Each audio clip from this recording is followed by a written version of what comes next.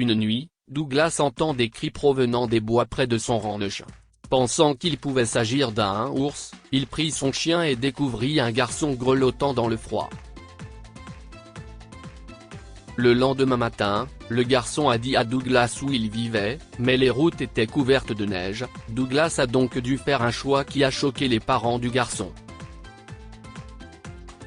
Viens, mon garçon. Bon garçon, Hank. Continuons, encouragea Douglas alors qu'il traversait les bois derrière son ranch, dans les parties les plus isolées de la vallée de la rivière Route. Il a aimé cette région toute sa vie et y a acheté une propriété après avoir pris sa retraite de l'industrie de la pêche. Cet endroit était parfait car Douglas aimait être seul avec son animal. Parfois, des animaux sauvages s'approchaient de sa maison, et Hank les faisait fuir.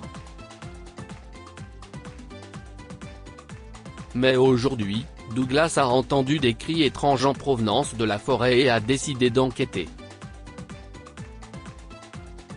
On aurait dit un animal blessé, mais il ne pouvait pas en être sûr. Qui pourrait être si loin de leur maison? Il n'y avait pas d'autre ranch à moins de 3 km à la ronde, et il avait beaucoup neigé. Le vent s'est levé, et Douglas ne savait plus où aller. Mais son chien avait de meilleurs instincts que lui. Soudain, Hank s'est crispé et a commencé à le tirer vers quelque chose. Les cris sont devenus de plus en plus forts jusqu'à ce que Douglas puisse voir un petit garçon recroquevillé près d'un arbre. Il grelottait et n'avait pas de chaussures, pleurant dans son état de faiblesse. « Mon garçon, que fais-tu ici? Tu veux mourir ?» gronda le vieil homme d'une voix grave, effrayant le gamin. Le garçon a levé les yeux et a arrêté de pleurer, mais ses dents n'arrêtaient pas de claquer. Il n'arrivait pas à sortir un seul mot. Heureusement, Douglas n'était pas trop vieux pour le porter jusqu'à son ranch et l'installer près du feu sur un tapis confortable. Hank s'est assis près de l'enfant, lui apportant encore plus de chaleur. Assez rapidement, le gamin s'est endormi sur le tapis avant de pouvoir répondre aux questions de Douglas. Il s'est épuisé à pleurer, mais Dieu merci je l'ai trouvé, pensa le vieil homme en plaçant une couverture chaude et un oreiller sous lui. Le lendemain matin, Douglas a réveillé le garçon. « Eh, viens, mon garçon. Si est-il l'heure d'un petit déjeuner copieux ?» dit le vieil homme en le secouant un peu trop brutalement. Mais là encore, il n'avait pas côtoyé d'enfant à ce point pour savoir comment être doux. Le garçon se réveilla, se frottant les yeux et levant les yeux vers l'homme qu'il avait sauvé la nuit dernière. « Où suis-je » demanda-t-il, effrayé. « N'aie pas peur, mon garçon. Quel est ton nom ?» a demandé Douglas d'un ton sérieux. « Je m'appelle Jason, monsieur » a répondu le garçon en serrant la couverture contre son corps. Hank s'est approché et l'a léché sur la joue, et le gamin a souri. « Viens, Jason. Si est-il l'heure du petit déjeuner, et parlons de ta sortie dans les bois la nuit » a ordonné le vieil homme en faisant signe à Jason de le suivre dans la cuisine. La table était prête avec une énorme assiette de pancakes et des verres de lait, et Jason a commencé à les dévorer. Bien qu'il ne doive pas avoir plus de 10 ans, il a un énorme appétit. Douglas l'a assailli de questions, et Jason a fini par expliquer que son chien, Mookie, s'était enfui la nuit dernière en poursuivant un lapin. Jason est parti à sa poursuite et a marché pendant des heures, sans parvenir à retrouver le chiot. Il a trébuché sur des branches, perdu ses 2 chaussures, mais a continué à avancer. Cependant, son corps s'est effondré là où Douglas l'a trouvé. « Où vis-tu, Jason ?» a demandé Douglas, qui mangeait encore son petit déjeuner. Ma maison est à Lanesborough, monsieur, a répondu le garçon en léchant le sirop sur ses doigts. Si est à 8 km d'ici, mon garçon. C'était vraiment dangereux. Tu aurais dû attendre tes parents au lieu de t'enfuir. Tu as de la chance que je t'ai trouvé, sinon il aurait pu se passer quelque chose. Tu comprends ce que je dis ? Oui, monsieur. Ok, on va te ramener à la maison, conclut Douglas en se levant et en posant les plats sur l'évier. Cependant, il jeta un coup d'œil à l'extérieur et remarqua que de la neige était encore tombée. Les parents de Jason devaient être morts d'inquiétude, et le garçon ne se souvenait plus de leur numéro de téléphone. Il pouvait attendre un certain temps, mais les chasse-neige mettaient toujours beaucoup de temps à arriver dans cette région. Douglas n'avait pas le choix. Il a dit à Jason de rester dans sa maison avec Hank, et il irait chercher ses parents.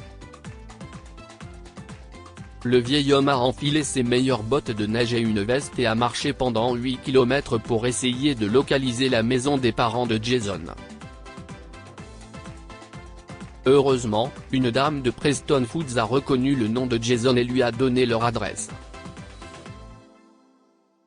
Il frappa à peine à la porte qu'un homme répondit en trombe, comme s'il attendait quelqu'un.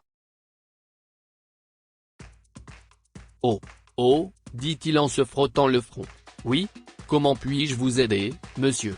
Vous êtes les parents de Jason ? Il est chez moi. Je l'ai trouvé dans les boîtes arrière soir, mais je n'ai pas pu le conduire dans mon camion à cause de la neige. J'ai pensé que vous voudriez savoir immédiatement, a expliqué Douglas. Le monsieur est resté bouche bée et ses yeux ont brillé. Soudain, il a serré vigoureusement Douglas dans ses bras et a appelé sa femme. Melinda, cet homme l'a trouvé. Il a trouvé Jason, a-t-il crié, excité. Une jolie femme est apparue dans l'embrasure de la porte, et il était évident qu'elle pleurait depuis longtemps. « Vraiment ? Où est-il ? » demanda-t-elle avec émotion. Douglas lui explique à nouveau, et elle reste bouche bée.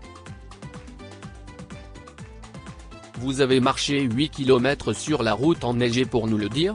Je n'arrive pas à le croire. Comment pourrons-nous jamais vous remercier pour cela ?